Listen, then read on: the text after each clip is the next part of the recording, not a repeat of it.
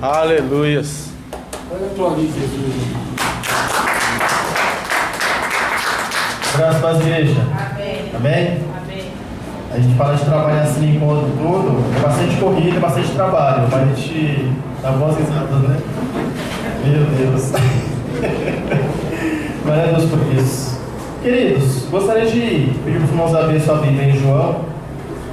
Nós vamos estar aqui compartilhando um pouquinho da palavra de Deus. Não é nada novo, muitas vezes a gente lê, mas Deus fala de forma diferente aos nossos corações. Amém, queridos? Então, irmãos, ali em João, o Evangelho, capítulo 1. Nós vamos ler do versículo 1 ao 13. Amém? Amém. Glória a Deus. Todo mundo achou? Né? João Evangelho.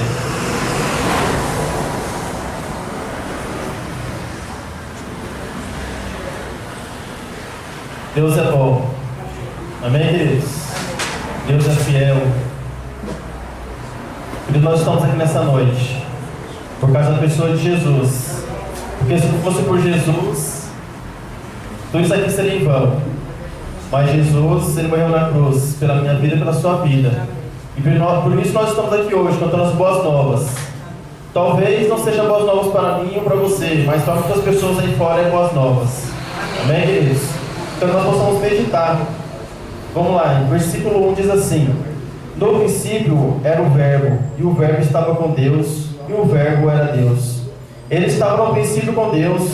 Todas as coisas foram feitas por meio dele, e sem ele nada do que foi feito se fez. Nele estava a vida, e a vida era a luz dos homens. A luz resplandece nas trevas, e as trevas não prevaleceram contra ela. Houve um homem enviado de Deus, cujo nome era João. Este veio como testemunha para testificar a respeito da luz, a fim que todos crescem por meio dele.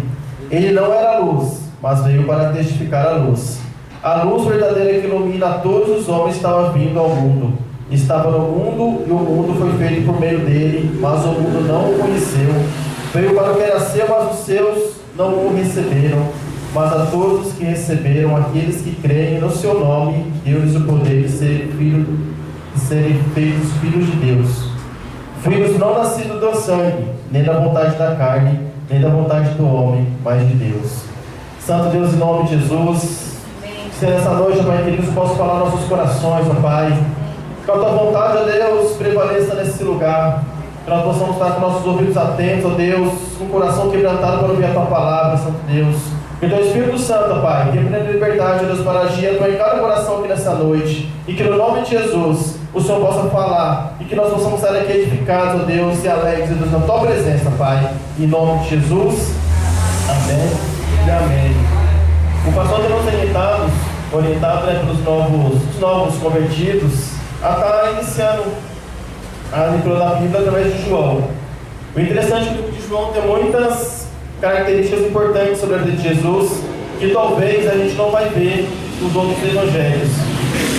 Inclusive, o livro de João é considerado por alguns teólogos como o livro mais profundo e mais espiritual da Bíblia. Nele, Jesus é uma revelação. Jesus uma revelação mais completa de si mesmo e de Deus Pai, que não se encontra em outros evangelhos. Por que a gente fala isso? Porque a gente vê aqui o início do ministério de Jesus. Que a gente vê aqui quando fala João, lá desde o princípio, quando Deus criou o mundo, Jesus já estava com Deus. Então fala aqui que ele era o Verbo. E tudo que foi feito na terra foi feito Deus e através de Jesus também. Então nós podemos analisar que no primeiro versículo Jesus estava com Deus na criação do mundo, e no versículo 2 diz que todas as coisas foram feitas por intermédio dele, por intermédio deles. Então nós podemos também constatar a intimidade, né, do Deus Pai e Deus Filho. Aqui quando eu falo que alguns teólogos, não falando que são todos, alguns teólogos consideram dessa forma, tá? Então não é que seja um livro mais espiritual. A Bíblia toda é um livro muito espiritual, e todos os livros são completos, mas alguns entendem que João relata algumas características diferentes aqui, né, que a gente não vê nos outros evangelhos. Então no decorrer desse capítulo constatamos que o Verbo se tornou carne e habitou entre nós. Jesus, o Verbo eterno, se encarna e vem para o mundo trazer a palavra da salvação por meio da fé, através de seu nome. Amém, queridos? Então, por causa do nome de Jesus, que nós estamos aqui, como eu falei no início. E a palavra de Deus, ela vem resistindo através do tempo. Assim como João Batista, vários homens de Deus, mulheres de Deus, estão à volta do mundo pregando o evangelho da salvação. Muitos até morrendo. Eu até citei ontem a situação de Zacarias. Está lá em Moçambique e nós ajudamos financeiramente com R$600. E ele tem dado testemunho desse dinheiro tem ajudado muito ele na obra. Glória a Deus por isso, amém, queridos? Amém.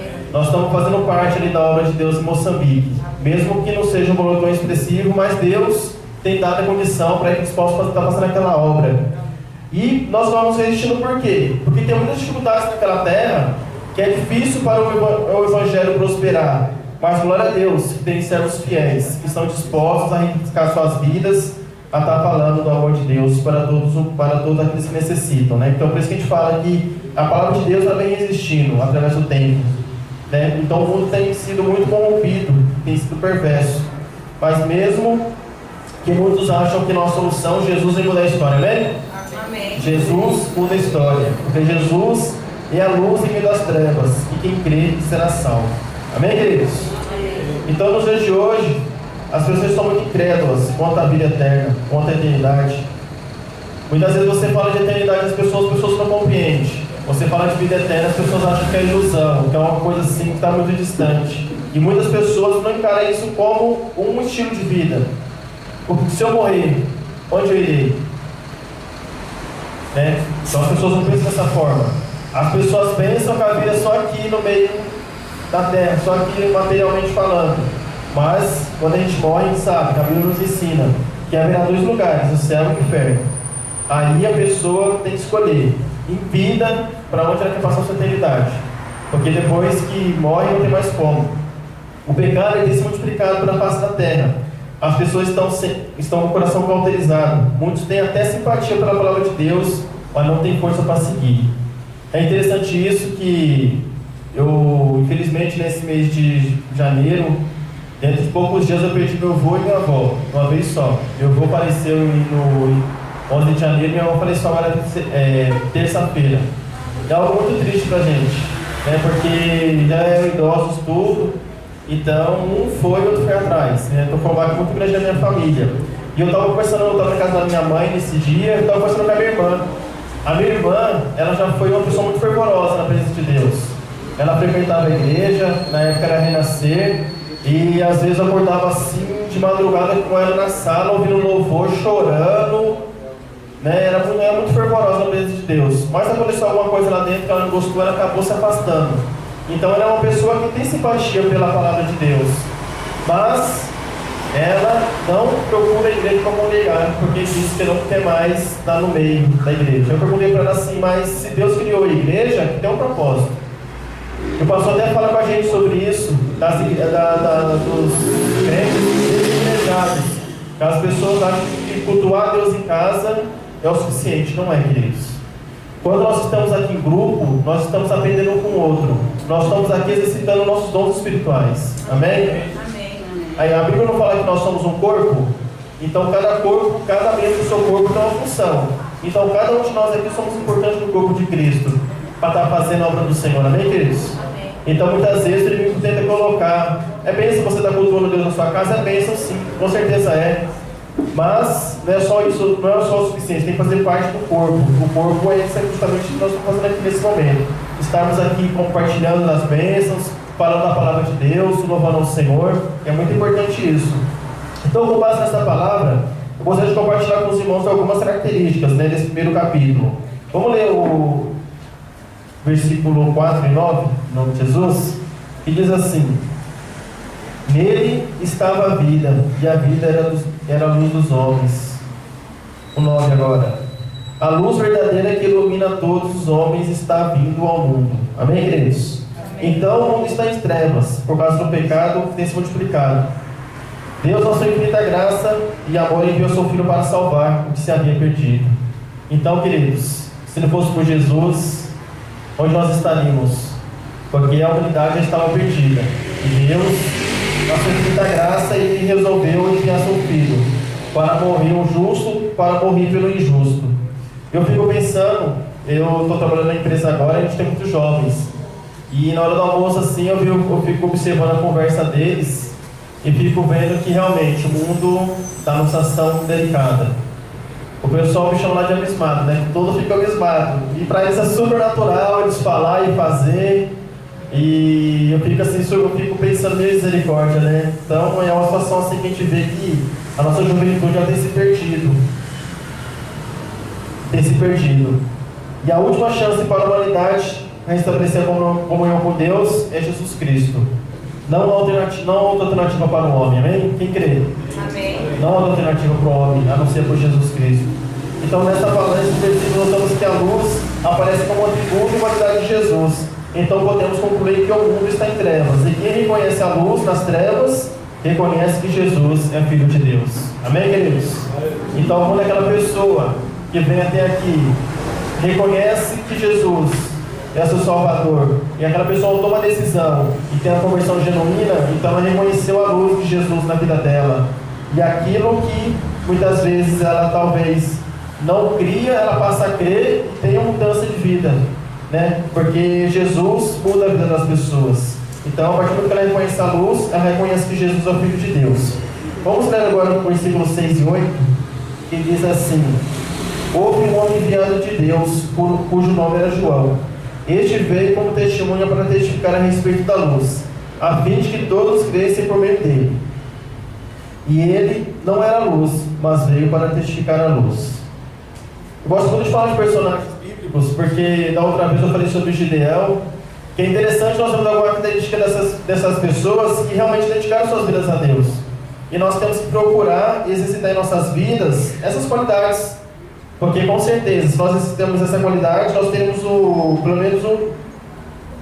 podemos alcançar, né, aquilo que eles fizeram também. Então João Batista foi um homem enviado por Deus, referenciado lá em Isaías 43, quando fala, vamos abrir lá, Isaías 43.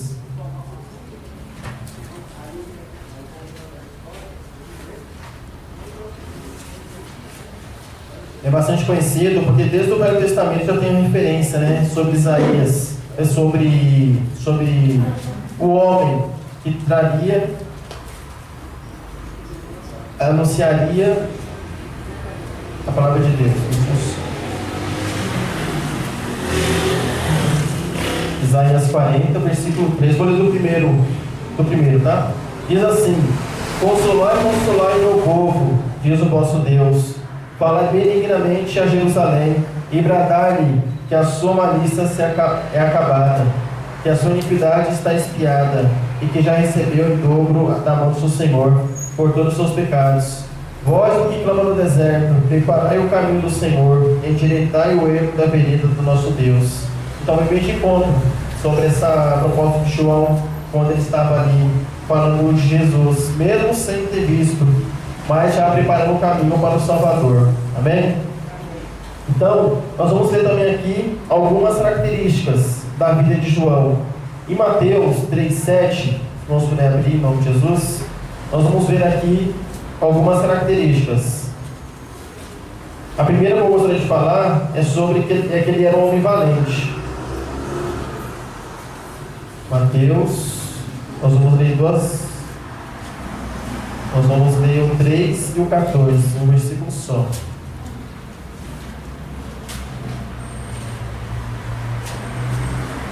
Diz assim então, Mateus 3, todo mundo achou? Amém. Diz assim: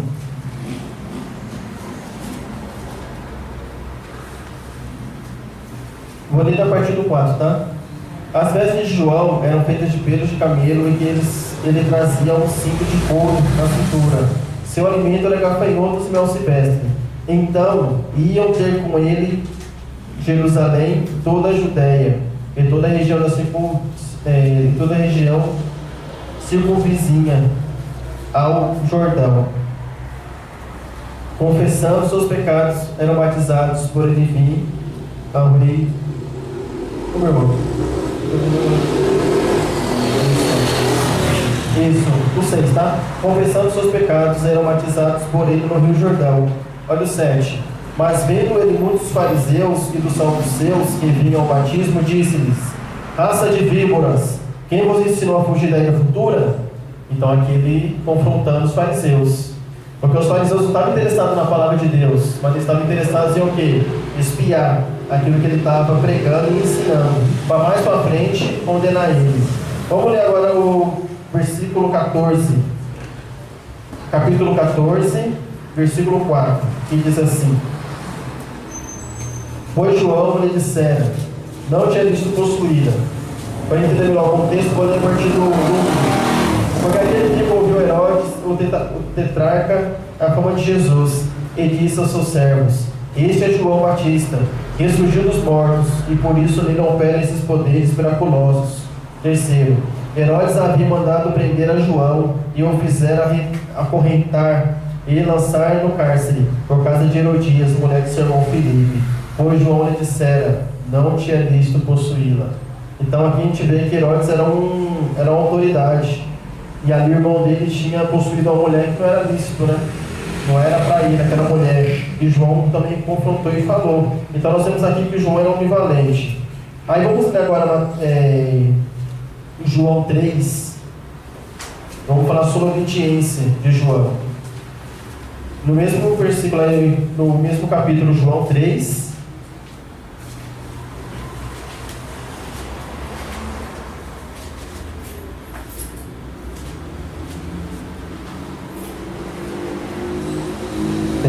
Do 13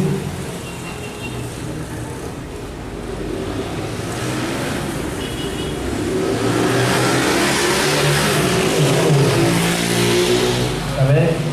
Vamos ler aqui então. Todas as coisas foram feitas no meio dele, e sem ele nada foi feito se fez.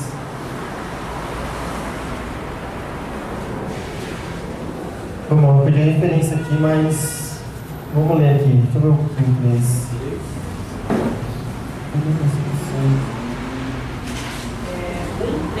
É 1:3.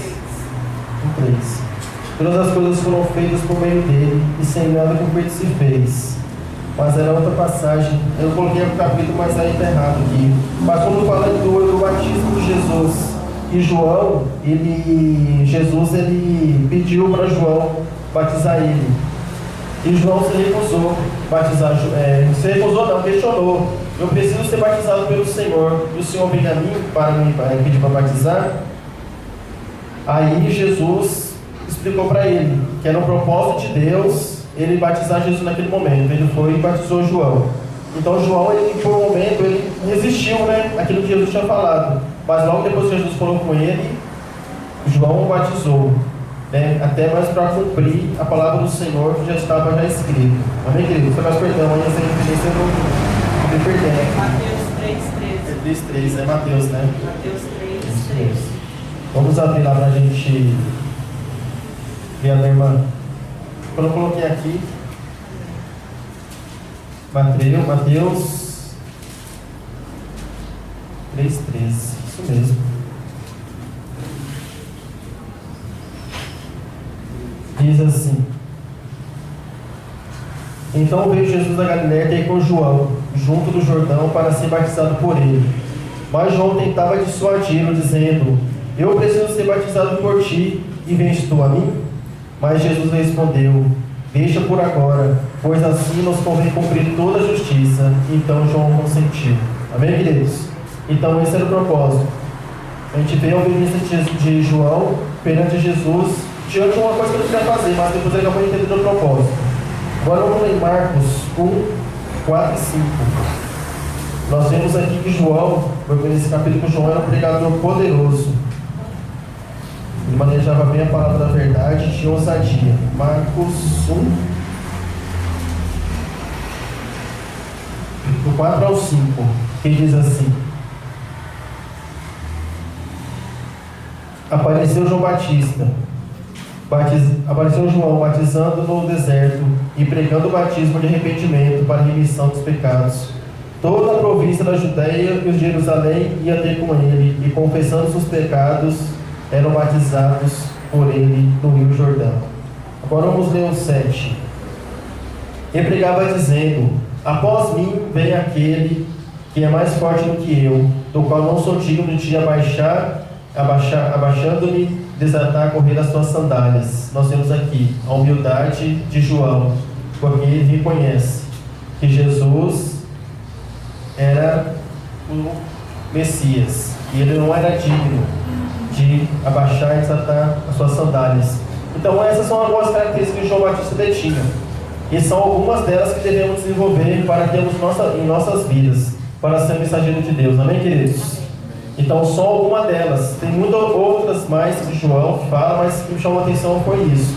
Para ser mensageiro de Deus devemos ter esses mesmos atributos, para que possamos ser valentes, enfrentar as lutas, dificuldades, na evangelização do mundo, obediente e zeloso à palavra de Deus, sendo os pregadores fervorosos na palavra de Deus, dar espaço para a ação do Espírito Santo e ser humilde o suficiente para, quando Deus der o crescimento da sua célula ou da própria igreja, que não seja mérito do líder ou do pastor. Então, queridos, quem dá o crescimento é o Senhor, amém? É o Senhor que dá o crescimento, é o Senhor que traz as pessoas aqui na igreja para ouvir a palavra de salvação.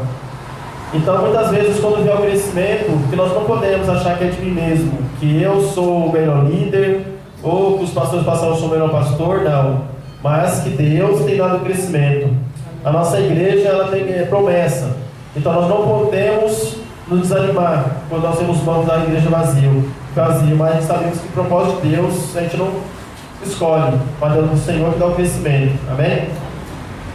Então, temos que dar todo o mérito a Deus. Temos que buscar identificamente essas características que conseguimos mediante a intimidade com Deus, através de quê? Das orações, nosso TSB e tudo mais. Amém? Terceiro, a rejeição contra a palavra de Deus. Vamos voltar em João.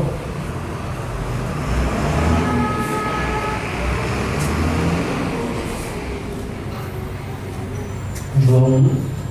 Nós vamos ler do 10 ao 11. E diz assim: estava no mundo, o mundo não foi feito por meio dele, mas o mundo não o conheceu. Veio para que era seu, mas os seus não receberam. Então, apesar do relato da vida de Jesus, a vida de Jesus ao mundo, naquele tempo as pessoas ainda não criam, como ainda não crê. Né, queridos? As pessoas ainda não crêem que Jesus veio a esse mundo. Muitas pessoas nem conhecem. O pastor estava comentando que tem alguns lugares aí no Brasil aí, que são as civilizações mais distantes, e ainda tem poucos pregadores da palavra de Deus, e muitos ainda, nos vídeos, por exemplo, muitos não conhecem Jesus. É estranho, né? Porque aqui é tão comum você vir a esquina, tá na igreja, né? E tem certos lugares que não tem. Então as pessoas têm dificuldade. Por isso que tem os missionários que estão aí ao redor do mundo pregando a palavra de Deus. Não podemos nos frustrar, porque muitas vezes nós planejamos algo, a nossa célula de repente não cresce, a igreja não prospera. Nós não podemos nos frustrar, porque Jesus foi o maior exemplo de rejeição. Porque fala aqui no 9 e no 10 que ele estava vindo ao mundo, mas o mundo não o conheceu. O povo também, que a gente fala de Jesus, que era os judeus, não reconheceram Jesus também. Então Jesus é o nosso maior exemplo de rejeição. Jesus veio ao mundo, os judeus não reconheceram como Redentor. Ele estendeu sua palavra aos gentios, ele foi crucificado sendo Filho de Deus, para a sua palavra existe até hoje. E muitos têm sido salvos através dos seus testemunhos de fé. Amém, queridos? Então nós não podemos nos frustrar se pegamos a palavra e o resultado demorar a vir, ou se somos rejeitados. Isso faz parte do processo de evangelização. O maior exemplo que nós temos é o encontro com Deus. Quantos não você tomou? As pessoas que você convidou. Muitas vezes nós vimos lá pessoas que pagavam o encontro, a pessoa não ia. Então a pessoa, quando faz isso, ela está rejeitando a palavra de Deus, está rejeitando a Jesus. E isso, infelizmente, faz parte do processo de evangelização. Eu creio que Deus separa as pessoas que têm que ir para a igreja. Né? Eu creio que quando a pessoa vem para a igreja, é Deus que move a pessoa a vir para a igreja. Porque se você for analisar friamente, o mundo aí fora, se for a gente olhar pela vontade da carne, oferece outras coisas que a carne deseja. Mas aqui na igreja, nós temos a consciência que aqui é a palavra de Deus, é o nosso alimento espiritual. Não é aquilo que o mundo oferece ali fora. Então, Jesus não é o nosso maior exemplo de rejeição. Jesus veio ao mundo e ele foi rejeitado pelo povo. Mas a sua palavra existe até hoje, amém? Amém. Glória a Deus por isso. Nem por isso. Eu fico pensando, é como na Arca de Noé. Na Arca de Noé, Deus dá a visão para Noé, constrói a arca. Noé foi visto por louco, por muitos. E durante 40 anos ali Noé fez a arca. E ali pregando a palavra de Deus, e as pessoas rejeitaram. Todas as pessoas preocuparam com as suas vidas, com os seus propósitos. Mas não prestaram atenção que Noé estava terminando a arca. Até que chegou o tempo que terminou a arca e veio o dilúvio, morreram todos. E hoje está dessa forma também. Se você acha que a situação nesse mundo vai melhorar, mera ilusão, não vai melhorar. A tendência, pelo contrário, é piorar. Muitas pessoas procuram colocar sua esperança nos políticos, no governante. Mas a nossa esperança tem que vir do Senhor. Amém? E por isso a igreja é importante na terra. Para a gente realmente abrir nossos olhos. Para que a gente não seja enganado, né, pelas coisas que o mundo aí fora oferece. Que distrai as nossas vidas do reino dos céus. Muitas coisas estão aí fora para nos distrair mesmo, de fato. Mas nós temos que ter conhecimento da palavra de Deus para a gente não ser enganado. Amém, queridos? A salvação através da fé. Vamos ler João 12, 13, que diz assim: mas a todos os que receberam, aqueles que creem no seu nome, deu-lhes o poder de serem chamados, serem feitos filhos de Deus. Filhos nascidos não do sangue, nem da vontade da carne, nem da vontade do homem, mas de Deus. Amém, queridos? Amém. Lá em Romanos 8, 14 e 15, vamos abrir lá, em nome de Jesus. Romanos 8.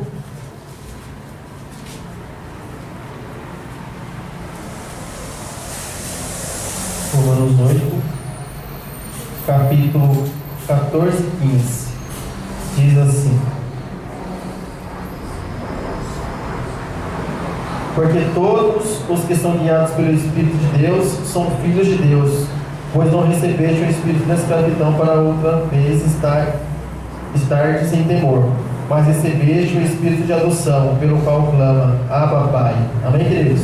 Então, aqui em João, em Romanos, diz que todos que são guiados pelo Espírito de Deus, esses são filhos de Deus, pois não temos o espírito de escravidão, mas recebemos o espírito de adoção. Amém? Tudo isso é porque cremos pela fé em Jesus, que Jesus é Filho de Deus, pois a sua palavra chegou até a mim e chegou até a você. Muitos terão acesso à palavra, mas nem todos serão salvos, porque é necessário crer que Jesus é o Filho de Deus e a luz do mundo, e que sua palavra é a verdade. Muitos não creem dessa forma e automaticamente perdem a salvação. O mundo tem tentado implantar no coração do homem um evangelho diferente daquilo que está relatado na palavra de Deus. As pessoas têm crido de outras coisas que não têm crido em outras coisas que não seja a mensagem central, que é a salvação. Eu falo para vocês que as pessoas têm crido porque muitas vezes quando nós vimos as igrejas televisivas, as igrejas da televisão, as pessoas estão buscando aqui muitas vezes ali cura, riqueza. Deus pode operar sim, eu creio que Deus opera com milagres, sinais e maravilhas, mas Deus está na simplicidade da vida. Um prato de comida que a gente come, uma roupa que a gente veste, é providência de Deus. Deus tem nos abençoado, amém, queridos? Amém. Não é muitas vezes só pensar que meu trabalho é o suficiente, não, é Deus que dá o trabalho, é Deus que dá o sustento. Então Deus pode operar sim um milagre, sinais e maravilhas, mas temos que prestar atenção nas pequenas coisas onde Deus está. Inclusive Deus está conosco aqui nesta noite, amém? Quem crê? Glória a Deus. Muitos têm buscado somente pelos milagres, sinais e maravilhas, não têm vivido a simplicidade. Deus pode operar os milagres e sinais, mas o maior atributo naquele que crê é a vida, principalmente o quê? Em obediência à palavra do Senhor. Amém? Temos que ser pessoas que dão testemunho da verdade nesse mundo tão cruel. Temos que ser as mesmas pessoas que somos na igreja. Temos que ser dentro da nossa casa, do nosso trabalho e na escola. Então nós temos que ser uma pessoa só. Como já foi pregado aqui, nós não podemos vestir máscaras. As pessoas me veem aqui da forma que eu sou, eu tenho que ser em casa, eu tenho que ser no trabalho, eu tenho que ser na escola. Porque ele tem que dar testemunho da minha mudança em Jesus. Eu até peço liberdade para mim e para o Alexandre, quando eles foram no encontro com Deus, né, a gente chega lá e quando chega os encontros, você fica naquela, né? Misericórdia, né? Mas o Xande também. O Xande, quando foi no encontro, foi de todo palmeirense, todo verde e branco. Né? A gente falou assim, misericórdia, será que né? Que a gente diria, meu Deus, será que pode vir uma coisa boa de Jerusalém? Mas glória a Deus, né? Olha que bênção aqui, Alexandre no meio. A Meira até pregando, o Alexandre também pregando na igreja, então a bênção é muito grande. Então, a transformação tem que ocorrer de fato na vida da pessoa. Então, quando você vê a pessoa naquele outro estado, você vê hoje, é totalmente diferente. Então, glória a Deus por isso, né? Então, tem que haver mudança na nossa vida a partir do momento que a gente recebe a Jesus e tem a conversão genuína. Porque as pessoas têm que ver realmente de fato que nossa vida é um testemunho vivo e que Jesus pode mudar sim a história. Amém, queridos? Apesar da nossa vida pecaminosa, Deus nos escolheu. Deus escolheu? Amém. Glória a Deus por isso. Então, nos escolheu para sermos filhos de Deus através da cruz de Cristo. A regeneração de novo homem sobre a face dessa terra. Glória a Deus por isso. Jesus, o Verbo, Ele se fez carne e habitou entre nós. Homens e mulheres de Deus têm pregado o Evangelho. E nós não podemos parar, queridos. Mesmo que seja difícil, não esteja fácil, nós temos que continuar pregando o Evangelho. Temos que continuar batalhando pela nossa igreja. Temos que continuar batalhando pelas nossas células. Amém? Porque se nós pararmos de batalhar, quem vai prevalecer é o diabo. E Deus vai levantar outras pessoas para estar fazendo essa obra. Muitas vidas têm pregado o Evangelho em lugares dificilmente. Lugares que possivelmente nós não iríamos. Deus tem levantado um exército, onde a arma dos guerreiros não é a palavra de Deus. Eu acho interessante quando nós vemos no Velho Testamento, quando a gente vê lá, fala de Gideão, quando fala dos irmãozinhos lá da torre lá de Jericó, as armas que eles tinham lá, que era trombeta, buzina, e derrubavam a muralha lá que o exército não poderia derrubar. Então as armas do Senhor são as armas espirituais, as armas poderosas espirituais. Então a nossa fé tem que se basear nisso. Porque muitas vezes nós queremos crescimento forçado, mas não, é Deus que dá o crescimento. É o Senhor, o Espírito Santo de Deus, que molda o coração da pessoa, que tem o desejo de servir a Deus. Porque se for algo forçado, como diz lá em Zacarias, não é nem por força, nem por violência, mas é pelo poder do meu Espírito, Zacarias 4,6, as pessoas não permanecem. Então, a conversão tem que ser genuína. A partir do momento que a pessoa realmente tem uma consciência que recebeu Jesus e que ela sente a presença de Deus, a pessoa vai permanecer. E a pessoa vai batalhar e fazer a obra do Senhor. Amém, queridos? Então, pelos acontecimentos, podemos constatar que a palavra de Deus, pela palavra de Deus, que o fim do tempo está próximo. É um caminho sem volta. E o que tem impedido o homem de servir a Deus? O que tem impedido o homem de servir a Deus? A iniquidade, o pecado. Não é? Então, tudo isso tem se multiplicado sobre a terra. Nossos jovens estão se deliciando nos banquetes do mundo presente. Essa geração está perversa. Muitos estão mergulhados no pecado. Eu fico pensando não só na parte espiritual. Eu fico pensando como serão os profissionais daqui a 10 anos. Se a gente se basear nos jovens que nós temos hoje. Como serão os profissionais? Como serão os médicos, dentistas? Então essa geração realmente já está numa situação muito delicada. E Deus precisa operar na vida dessa juventude. Amém, queridos? Então, essa palavra que Deus falou no meu coração, que o Senhor possa ministrar nas nossas vidas. E realmente, Jesus é a luz do mundo. Jesus é a luz entre as trevas. Quando eu lembro, eu era pequeno, na casa da minha avó, lá era um lugar remoto. Não tinha energia elétrica, não tinha nada. Quando chegava à noite, 6 horas da tarde, acabava. Ali tudo escuro. Aí quando acendia um fósforo, iluminava assim longe. Então Jesus tem que ser assim na vida das pessoas que estão aí no mundo. Tem que dar um ponto de esperança para essas vidas ter mudança de vida. Amém, queridos? Amém. Então, irmãos, ficar de pé em nome de Jesus.